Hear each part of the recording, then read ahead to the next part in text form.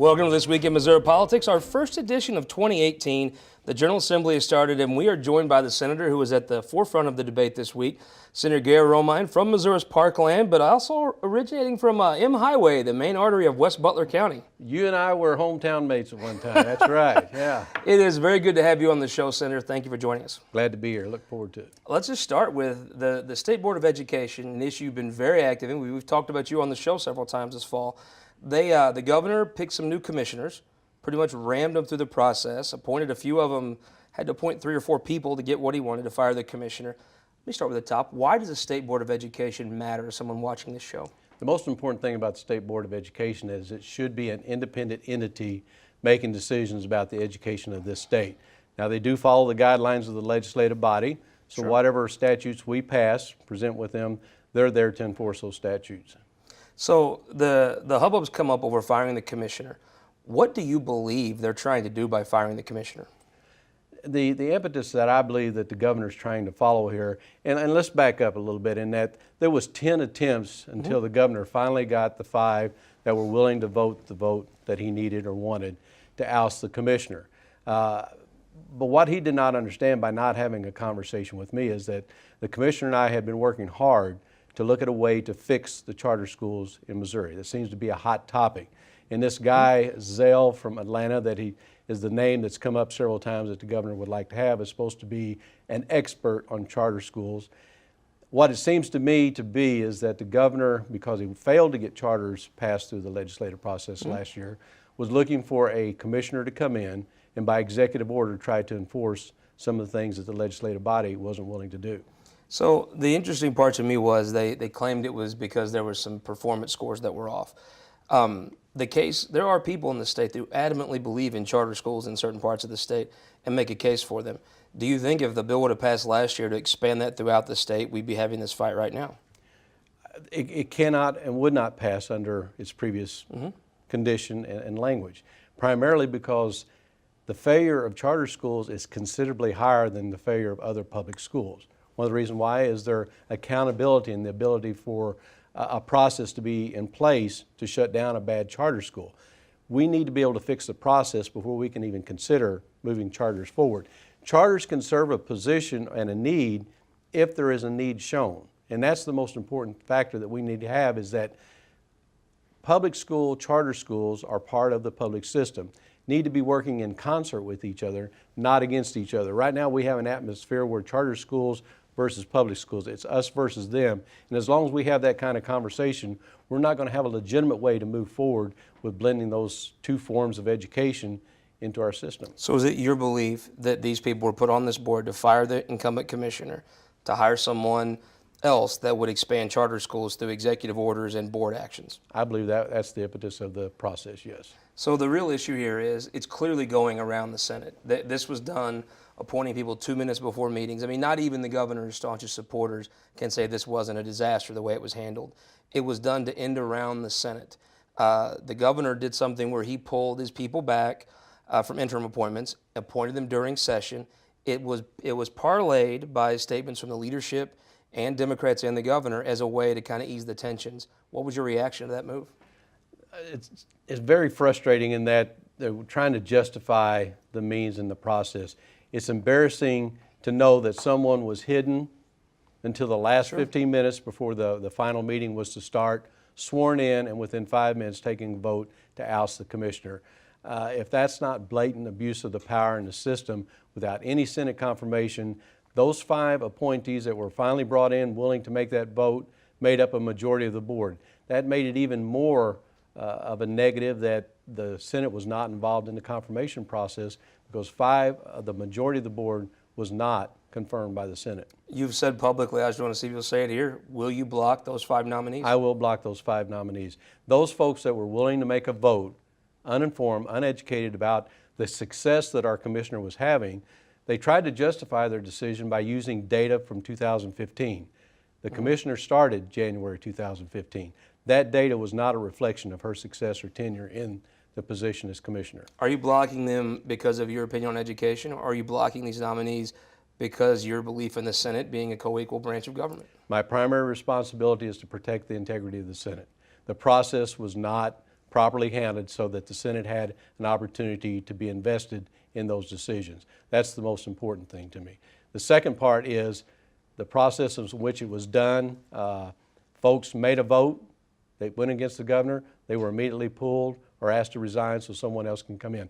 That's a blatant abuse of the power. Our citizens' nominees for these boards and commissions should have the freedom, if they are willing to serve on a non-paying board, be able to vote their conscience, be able to vote their own understanding of what the issues are and the values of the issues without fear of retribution by having their position revoked if they fail to vote the way the governor wants. When I interviewed Governor Nixon last year, he talked about having people on expired terms, a little bit of a benefit because you could always pull them off if they didn't vote like you wanted to. It looked to me like these people would get appointed. The reason they couldn't go through the confirmation process is by the time they heard the other side, many of them flipped and wouldn't go along with firing the commissioner. You have a bill to address this. What does that bill do? The bill creates a situation when the governor appoints someone, he has to immediately notify the Senate that this person has been appointed to this position. The person cannot be removed unless there is a hearing that shows there's malfeasance or any other negative activity. That protects both sides. If the governor has done his due diligence and feels like that person is worthy of being appointed to that position, so be it. But that person should be able to serve in that capacity until there's other reasons to be removed. Has there been any senator that's said they're against that? I have not had any senator challenge the bill. I did get a few co-sponsors on the bill, and I appreciate that. We've had several conversations, including today, that we found a problem. It's been there a while, but it's been abused more than it's ever been. And so we have to fix the problem. We as the Senate need to protect the integrity of the Senate. Part of the process is the Senate has an opportunity to confirm the appointments made by the governor. You mentioned you're blocking these 5, but normally the turnover on these boards is meant to be very slow to keep quick decisions from happening, quick policy changes. Do you think there's something on the Senate for not confirming more of Governor Nixon's appointees, or is there some of this on Governor Nixon for not filling these spots? I say more of the onus is on the governor for not filling these spots. One of the biggest problems we had was there's several boards and commissions across the state right now that cannot meet because they do not have a quorum because Governor Nixon failed to appoint individuals to those positions. We are way behind in the appointments. Now I know Lieutenant Governor Parsons has made an attempt to evaluate to see if we can reduce the number of boards that we have around the state. Maybe we have too many boards, not enough citizens available to fill all those boards. It's a cumbersome process, but we cannot neglect, if we want these boards to function, they need to be filled and filled in a timely manner. Let's talk about you filled 2 board positions this week. Former Senator Krause was placed on the Tax Commission, and Senator Silvey, who you served with for some time now, is on the Public Service Commission. Kind of a melancholy day for you, I assume. It is. You know, I have a lot of respect for these guys. Krause had just the 1 year left, and so I understand that the opportunity was there. We needed someone on the Tax Commission. They've been running short for quite some time. We've had some issues in my district concerning some tax debates and challenges and contestments, and so we needed a full commission to be able to deal with those issues, and I think Krause will do well.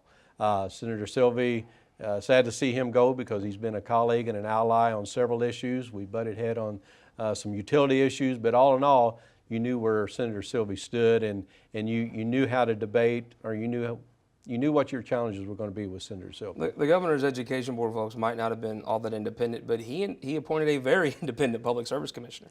I believe so. I'm looking forward to it. Obviously, over the last 5 years, the PSC is an area that I've had a lot of opportunity to educate myself on, and the value of the PSC and the value of our public utility companies and their part in our state.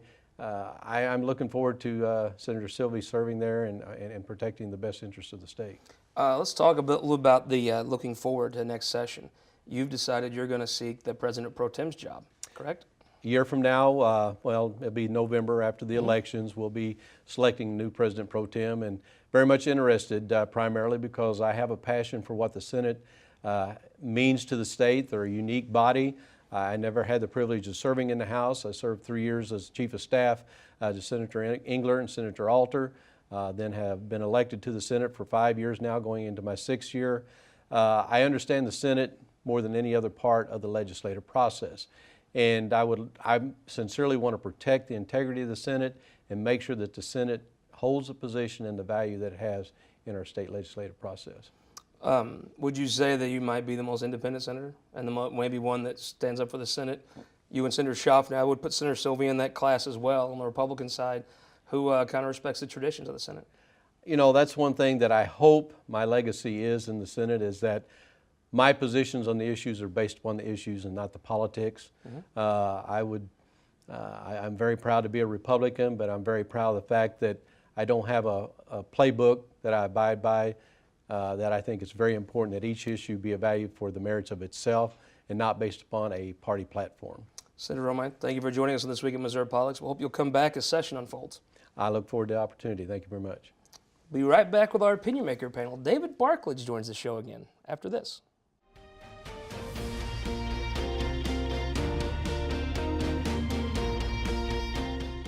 In 2008, Republic Services acquired the Bridgeton landfill in a merger. Since then, we've invested $200 million to clean up the site and to maintain environmental compliance.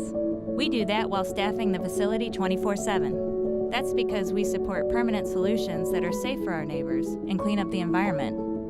We're committed to doing what's right. That's what drives us every day. We're a part of the community, and we are here for the long haul. Republic Services. We'll handle it from here. My name is Eric Philippi. I'm a veteran, a carpenter, and a father. When Eric Greitens said he was going to change politics as usual, folks like me didn't think the first thing he'd do as governor was take dead aim at our jobs and our families' livelihoods by working to repeal prevailing wage. Call Governor Greitens. Tell him to protect prevailing wage and to protect my family, not destroy it.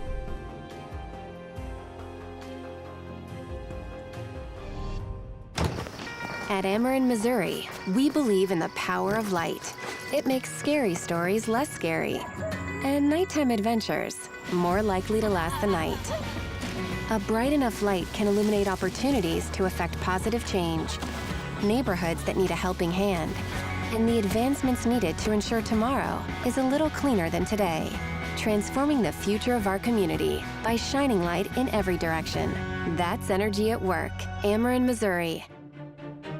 Welcome back to This Week in Missouri Politics, opinion maker panel time, first of the year, joined by a friend of the show, Dean of the Republican Party, David Barklage. Welcome back, sir. Thank you, sir. Wendy Nordwald, elected official, Warren County, big with the Missouri Association of Counties. Welcome for your first time on the show. Thank you, Scott. Bruce Franks, friend of the show. Welcome back, sir. Glad to be back. My wife wondered what shirt you would wear today, and I said it will be fun. Absolutely. Dave Cook, the head of UFCW. Welcome back to the show, sir. Great to be here. Start with you. This week, the biggest news came out of the governor's office. He pulled back his DESE appointments and then put them back in. The difference would be they can't vote now. The State Board of Education doesn't have a quorum of voting members, which means they can't vote on who would be the new person to lead that board. Is this just another part of the dumpster fire that's been created here? I truly think it is. I mean, we could get into the whole education conversation, but this is much deeper than this. This shows the inability to understand how politics works. We're seeing that across the country, in my opinion, and we're seeing it right here in Missouri, unfortunately. The inexperience is coming through of how you work within your party or how you work across party lines, and it doesn't appear that this governor understands how you work with either one of those. And this is just Or doesn't want to. Or doesn't want to, and I would do it my way. And if it doesn't work my way, I'll do it my way anyway. Representative Franks, it looks like they were on course to, again, kind of circumvent the Senate, ram some folks in that he knew couldn't get confirmed, change of major state policies. We saw that with MHDC. We saw that with this. They put out a application process for like 3 weeks over Christmas. I think they may have known who they wanted to hire. It looks to me like the governor may have stepped back. Whoever is done, if it's done in the next 5 months, will be hired with people that were confirmed by the Senate. I kind of thought that was a bit of a compromise by the governor.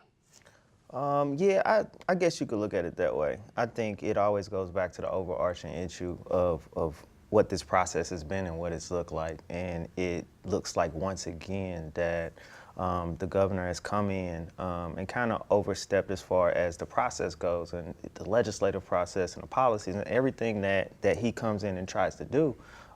It just seems like he's not letting the system work like they say it's supposed to work. Mm-hmm. So we could see it as a compromise, but I think that folks are just tired anyway. Wendy Nordwald, it looks to me like this governor came in and he created the problem. Even his most ardent supporters say, gosh, this was maybe the worst thing he's got involved in. However, to me, there was some positive comments by the leaders of the Senate. He did step back. The person they may have been trying to ram through, they're not going to do, at least during session. I kind of think this is what leaders do, right? They say, well, maybe we can handle this the best. We want to take another bite at the apple. So going back to, do you think this is a sign maybe he's trying to work together with the legislature? Absolutely, yes. I mean, we're looking for a quality leader to lead the DESE. So he's giving them the opportunity to look for that person. David Barklage, I mean, you've worked in the state Senate. You've helped elect a ton of them.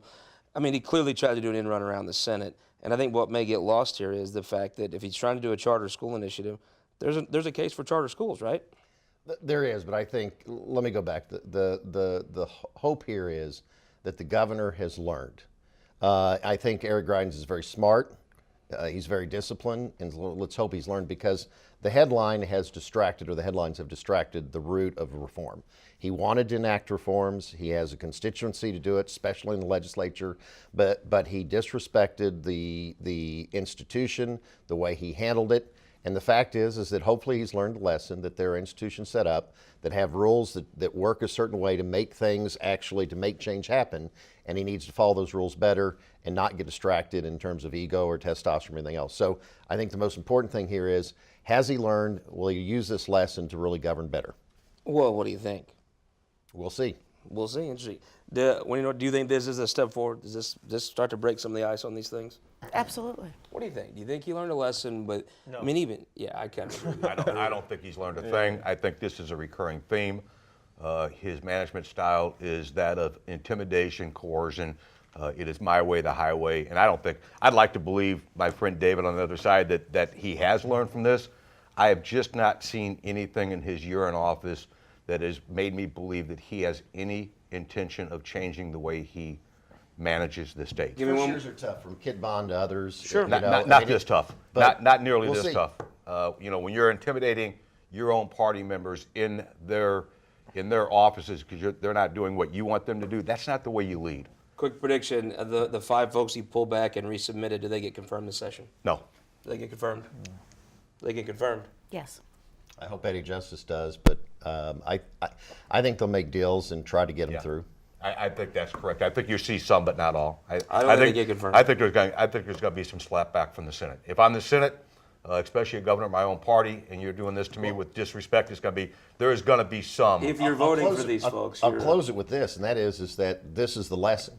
I think if he gets them through, it'd be because he didn't go out and slap other members in the meantime. If he goes out and slaps other members, I think they're done. Do you think he's capable of not slapping other members? We'll see.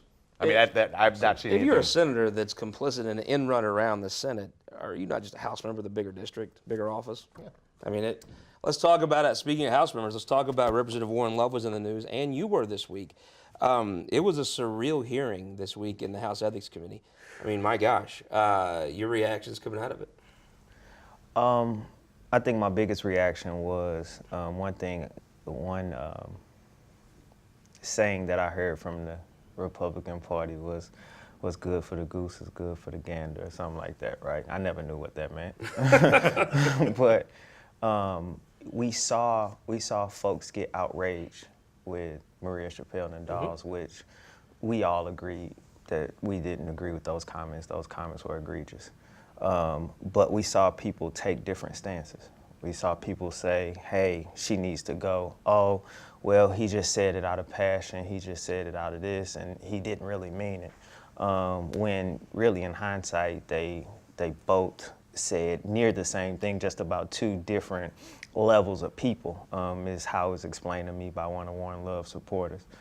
So I think that what we saw is that this is the 3rd time that Representative Love this year has said something that's been offensive to a particular race of people, a particular group of people, and there's no actions after that.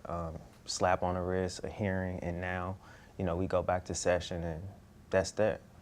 David Barklage, not a good look for the Republican Party. Look, I have been one that believes that representative senators, they'll make mistakes, but they are part of an institution, and they're responsible to that institution for those mistakes. in both cases, Maria and Warren Love, that they should be disciplined within the House and the Senate appropriately. I don't think removing them in either case, because I don't think we should ever allow politicians to elect our representatives.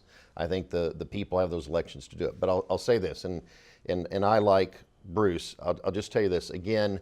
I think what your action was of the protests in the House, you have established, I think, in the short time you've been there, as a real sincere voice for change. I think we've seen our systems do great changes. I, at one point, when the Democrats controlled for 50 years, took on to try to change the House and the Senate. I had death threats, I had bank loans called, I had investigations out the gazoo, but I worked within the system, I respected the system. I think your actions set you back in trying to address the issues you care about, because it's a distraction. People are taken back when someone, when someone kneels for the flag or anything else. I think it takes away. Same thing Warren Moon, same thing Maria. They're passionate, people about their causes, but when they step over that line, I mean institutionally, and they're part of an institution, I think it's a terrible distraction that diverts let's from reset for what folks they're that trying know. to accomplish. During the pledge this week, you decided to not put your hand over your heart, put your arm in the air. So what brought that on? So for one, this isn't the first time I've done it. Yeah. What I try to do is, last year, all of session, I haven't said the Pledge of Allegiance since I was 6 years old. And what I try to do is I try to not be in the chambers, because Carla May is the first person who said something to me about it. Beginning of the year, she said, listen, I know what you stand for. I respect it. We might not always agree. She said, but you don't want to take attention away from, the process, what's going on, so on and so forth. So what I did, I made sure I wasn't in the chambers, because like I quoted for Channel 5, there are people that genuinely feel strongly about patriotism, the flag, Pledge of Allegiance, which I respect that. But you have to respect my perspective as well. And I think when you're that part of an institution, I think you have to. and hold on, let me finish. Let Let me finish. And so I look at the words. I look at the meaning of the Pledge of Allegiance. And since I was young, I haven't said it. They elected a protester. They swore in a protester. They swore in somebody who was going to be unapologetic in their stances. And I took an oath to do what? You took an oath to represent your people as best you could, and when you do a distraction like that, there's two ways to be. But Either you a protester on the outside what you or a can't member of do, the what you can't do is tell me that I'm not representing my people in the best way possible when this is what I stand for. Let me bring Wendy in. To me, the difference is, if you think Warren Love, his comments were, you don't pass a reprimand, you don't look, how can you be mad at someone else for doing or saying something you don't agree with? I mean, if it's good for the goose, is it not good for the gander, whether you're a Republican or a Democrat? No, that's not fair to use. Yeah. You can't. I mean, me as an elected official, I practice civility every day, and I would hope that in the county, whether you're in the county courthouse or in the state house, you practice civility every day. And we all need to lean on George Washington's 110 lessons of civility and decent behavior. Sure. Dave Cook, I mean, to me, is Warren Love representing his constituents to the best of his ability, saying things like he said? Let me say, I don't know his constituents. I don't think that's the proper message that anybody should be delivering. I do agree again with David conceptually that I don't think it's the chamber's role to remove people. I think it's the voters' role to do that. I don't care whether you talk about the senator that people took objection to what she said, or Love. I guess what bothered me most of all is the comments that Representative Love made, and the commitment he made is, I will live up to the decision of the hearing board here. And when he didn't like what they decided, he's, well, I'll take it to the full chamber. Are you a man of your word or are you not? So to me, that just shows. I'm sure the folks in the full chamber were very grateful to get this tossed to them. Yeah, but to me, that shows the lack of credibility of the representative. Let's talk about somebody that does have a lot of credibility. The state Senate lost one of its most independent members this week in Ryan Silvey. David Barklage is someone you know well. Absolutely smart, talented. I wish he were running for Kansas City mayor rather than running to the utility board. But it'd be a loss because When he is constructive, when he was focused, he could make a huge policy difference, and he brought a diversity within the party. You know, Wendy, to me, we had a conversation about board members that some question their independence. You could never question the independence of Ryan Silvey. Absolutely not. He I mean, always. you definitely have. The governor picked someone that does make his own mind up. He absolutely does, and always stood up for what he believed. Yeah, I mean, Representative Reagan, somebody that you got to know in your first year, you could criticize the governor maybe for some of the picks of some of these other boards. I mean, I think you have to pat the governor on the back for a sterling pick, and if you're saying he doesn't pick independent people, you cannot say that about Ryan Silvey's selection.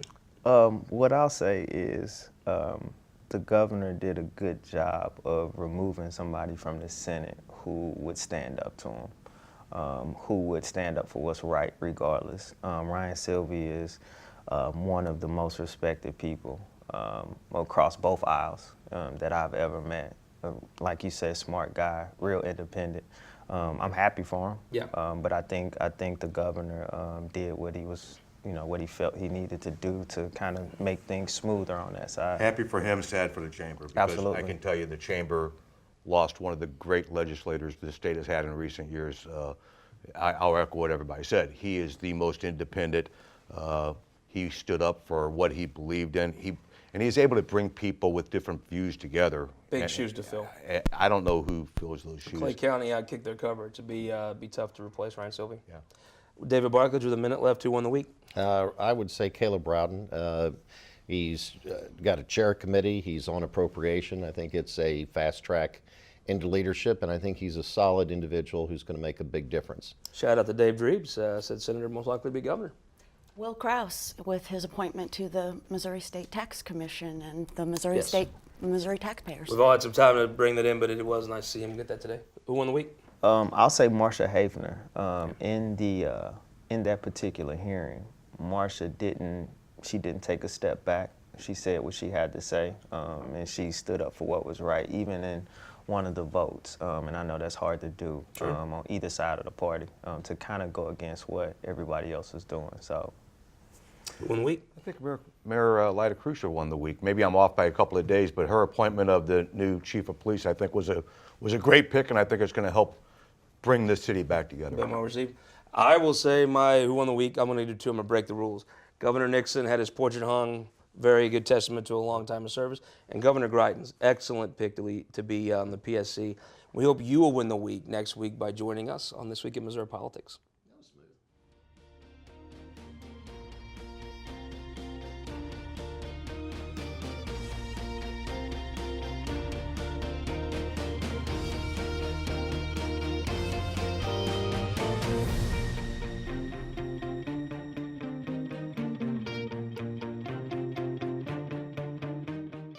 This Week in Missouri Politics, brought to you by Spire and Sterling Bank.